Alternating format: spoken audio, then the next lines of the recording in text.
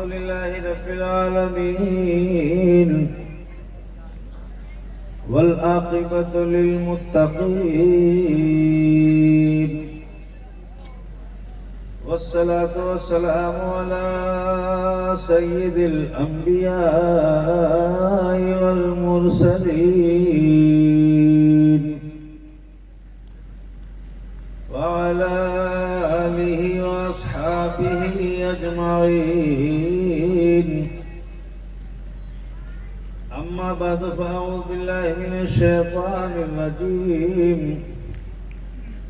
بسم الله الرحمن الرحيم.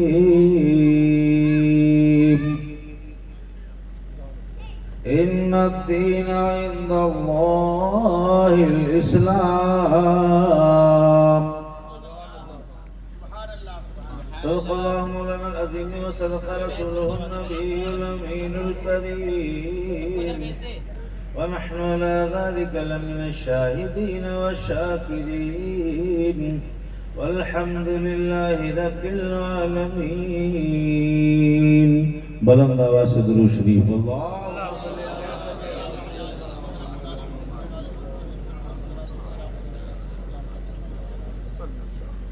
بھائی صاحب میں نے آپ سے کہا بلند آواز سے. اگر آپ کے یہاں غازی آباد میں اتنی آواز کو بلند آواز کہتے ہیں تو بھائی صاحب یہاں سلو آواز کس کو کہتے ہیں؟ الٹا بولتا ہوں. ذرا آپ حضرات ایک بار دھیرے سے درود شریف پڑھ دیجیے.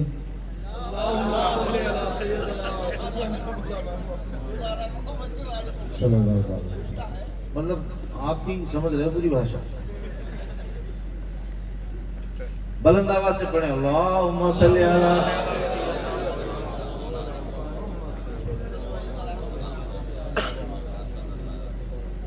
پورا مجمع ذرا ایک بار ہاتھ اٹھا کے بول دے یا رسول اللہ. اچھا نیچے والے بھائی صاحب اوپر والوں کو دیکھ رہے ہیں کہ امام لوگ تو بھائی صاحب کہتے ہاتھ اٹھا ہی نہیں رہے ہیں. تو آپ کی اطلاع کے لیے عرض ہے کہ بھائی صاحب یہ ہماری برادری کے لوگ, ہمارا خاندان کا معاملہ ہے. ہماری جب سرکار گرنے لگے گی تو یہ لوگ اپنا سمرتھن اپنے آپ بڑھا دیں گے. ہمارا آپ کا رشتہ یہ ہے کہ آپ 1 گھنٹے کے لیے میرے شاگرد ہو, میں آپ کا استاد ہوں. بولو ٹھیک ہے؟ ہاں. اب یہ پڑھے پڑھائے لوگ ہیں, ان کو ہم کیا سنائیں گے؟ لیکن یہ ہے کہ جب میری سرکار گرنے لگے گی تو یہ اپنا سمرتھن اپنے آپ بڑھا دیں گے. ہمارے خاندان کا معاملہ بھی. یا رسول اللہ بولے سب لوگ. ارے زور سے بول رہے ہیں. یا رسول اللہ یا حبیب اللہ. بولیں گے اگر تو ہم انشاءاللہ میں بھی تقریر کروں گا. اگر آپ نہیں بولیں گے تو پھر میرے تو روز کا کام ہی میں کچھ نہ کچھ تو کر ہی دوں گا. وہی ہے. بولیے سب لوگ یا رسول اللہ حبیب اللہ. ہاتھ اٹھا کے بولے, ہاتھ اٹھا کے.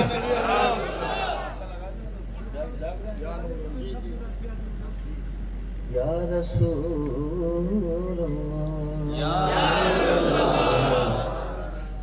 اعلیٰ حضرت کے 2 شعر پڑھتا ہوں برکت کے لیے.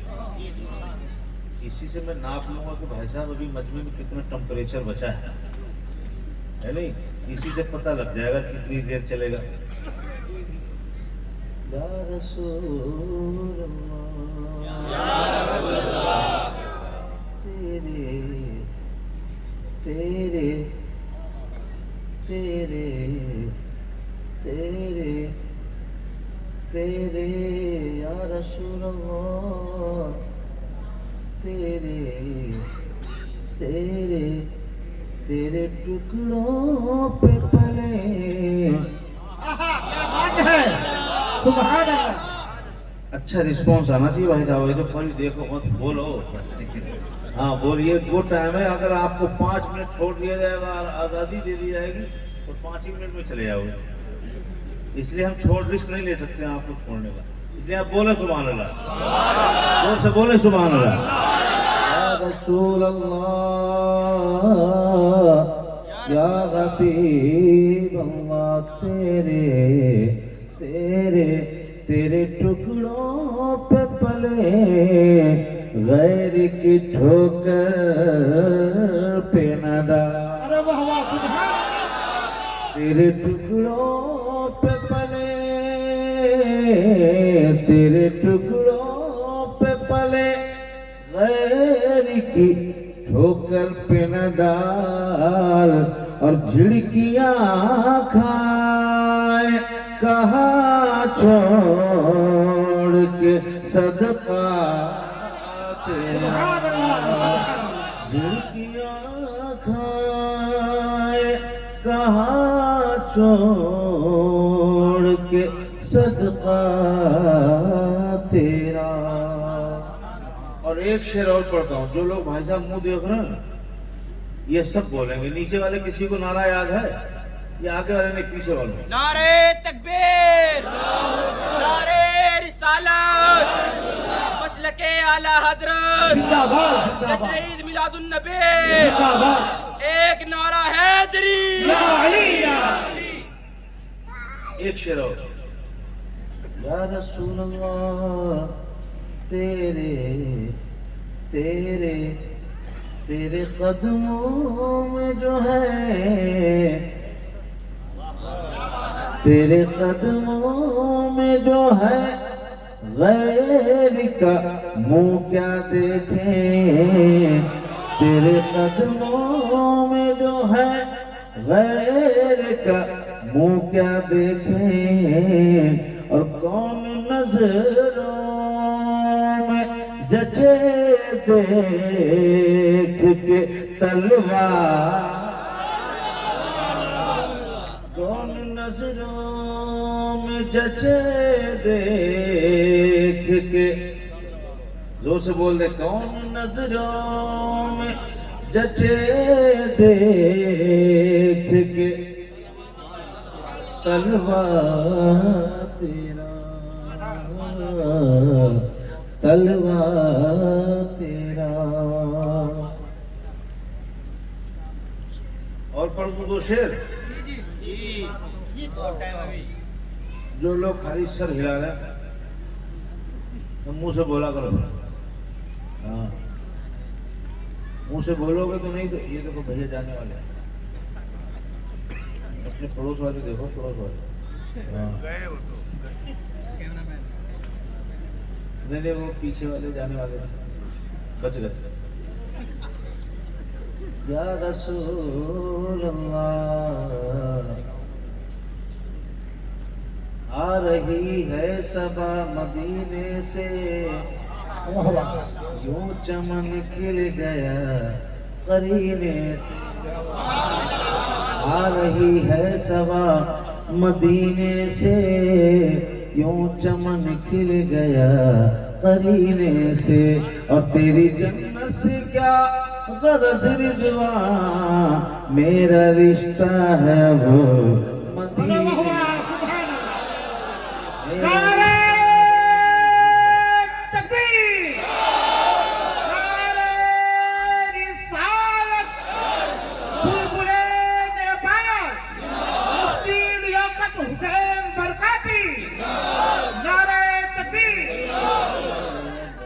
مدینے سے میرا رشتہ ہے اب مدینے سے.